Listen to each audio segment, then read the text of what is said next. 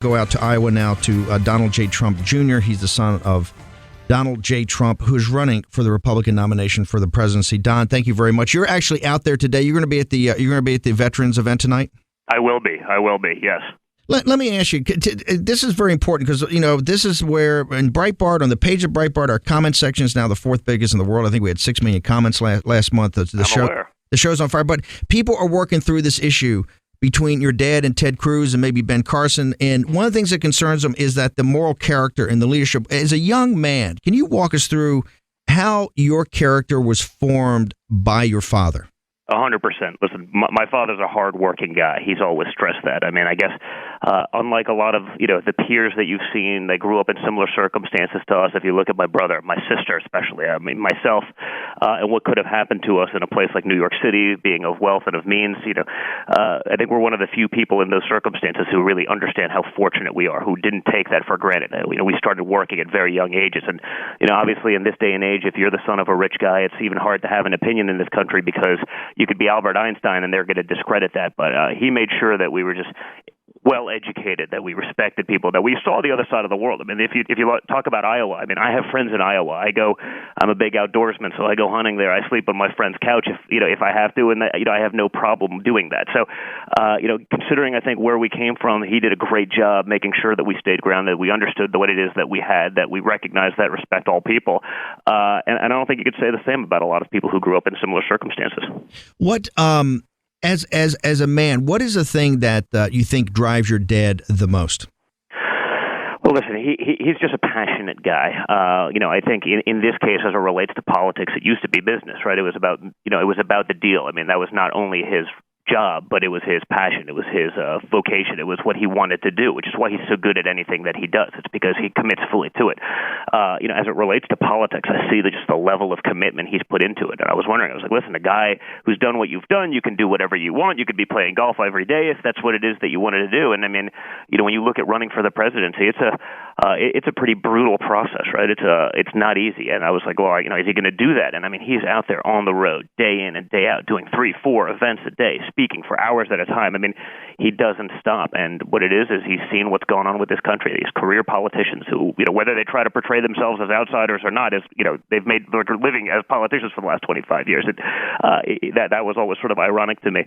I'm not a politician, even though that's what I've done for 25 years. And so he's just fed up, and he wants to see a change, and he wants to see what's good for this country. And, frankly, he's a great deal maker. That's what he's done his whole career, but he's also a great guy, and he's going to do what's right for the country. Let's talk about the guy. I know from my reporters have been on the road with you guys. They said the amazing thing is you've got the plane, you've got all the trappings of power, etc. But this is a guy that wants to pull over and have the motorcade or have the SUVs pull over to a McDonald's and grab a burger.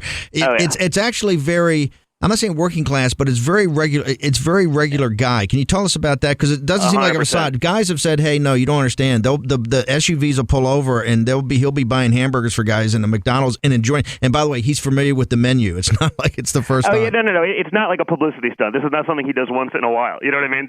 To when there's a photo up. I mean, that's the way he is. I mean, if you look back to any interview I ever did, I think one of the first times I ever spoke, publicly, 10, 15 years ago, they're like, "Well, tell me about your dad." And basically, I said it, and I meant it in a very complimentary fashion, because again, I tend to probably be more of a blue collar guy at heart myself anyway, and I said he's a blue collar guy with a big balance sheet.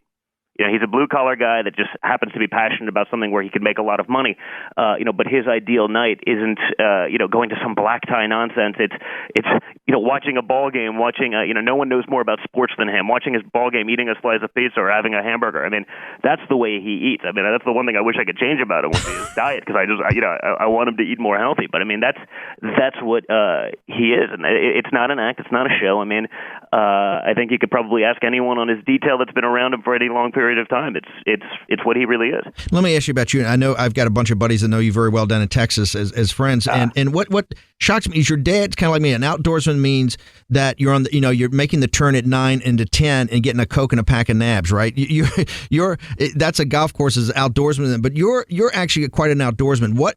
How did you coming from New York City and all that, how did that start? And number one, what lessons have you learned about America, being an outdoorsman, being a hunter, and rubbing elbows with the kind of guys I know you're rubbing elbows down with Texas?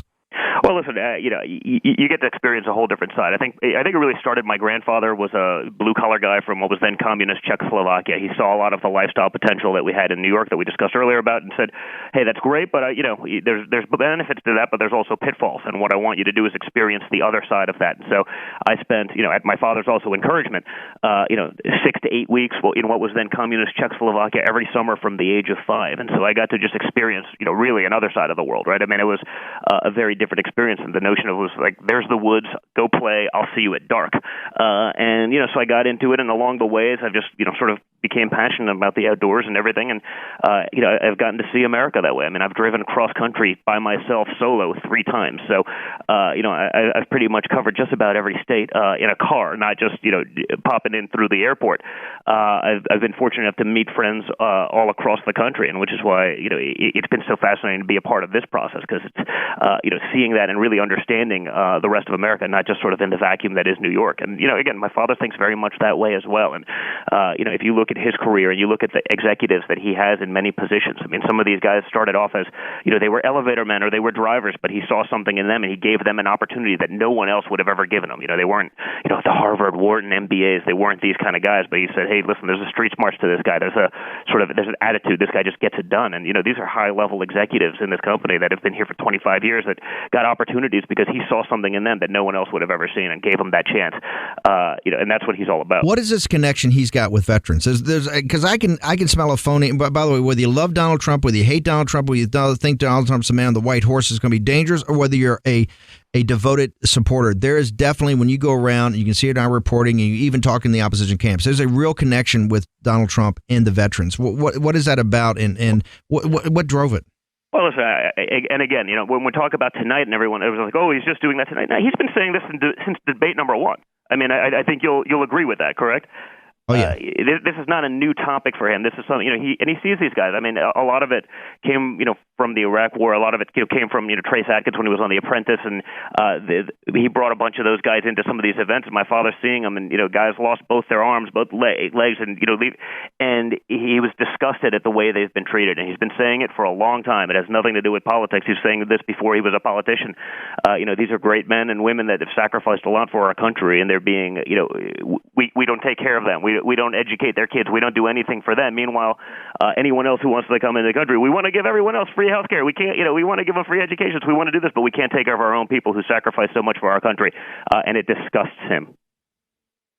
Do you can you give us any details? I see MSNBC is touting they're going to be covering it live. Sirius XM, we've just made an announcement a half hour ago. The Sirius XM is going to be broadcasting live tonight. We're going to be covering the entire event in its entirety. Can you give any more details about it? Well, listen, again, I sort of found out about when you did about 24 hours ago. So I've been pretty much on the phone, getting a hold, again, because of the stuff I'm into, being a competitive shooter, being a hunter, being an outdoorsman.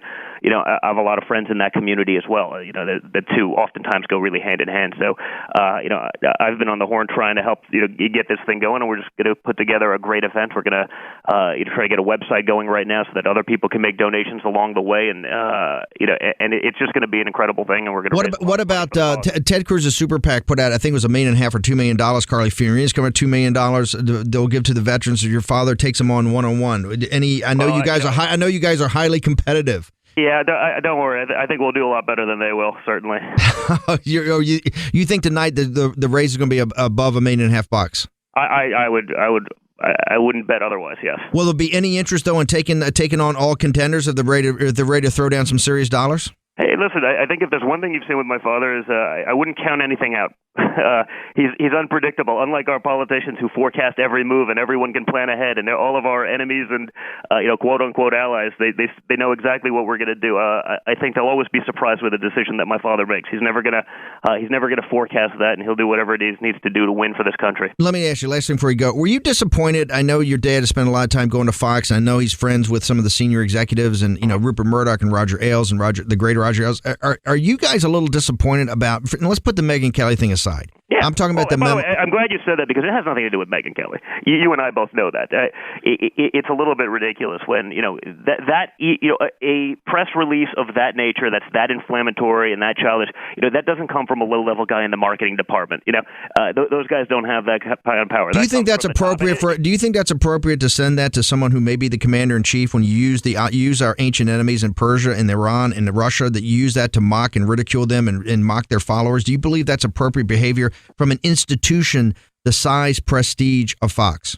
I don't, and neither does my father, which is why we're doing what we're doing. And it's a shame because we do have good relationships with a lot of those people. I mean, whether it's Sean Hannity. I mean, my father, he put himself in a pretty tough spot last night, still going on O'Reilly, given what happened there. I mean, that's not easy. He's not afraid of anyone. He's not going to do it, but he's not going to sit there and watch these guys rake in billions of dollars in advertising dollars while simultaneously. Do you believe the New York Times is reporting this is not about Megyn Kelly? It's really not even about Fox. This is your father going to break the Republican establishment and break their media arm, which Fox has turned into. The New York Times is saying this. This is how he takes complete and total power over the Republicans. He breaks the apparatus and breaks their media arm. Is there anything to the New York Times analysis of that? Listen, I would say that that's very true. I mean, he's not going to let anyone push him around, and he's not going to let anyone push this country around, and that's exactly what he's done. I mean, listen, none of these moves are necessarily unprecedented. I mean, if you look at his career over the last 30 years, I mean, that's the way he is. He's not, he's going to do what's right for his company in many cases in the last time, and he's going to do what's right for this country when he's the commander-in-chief.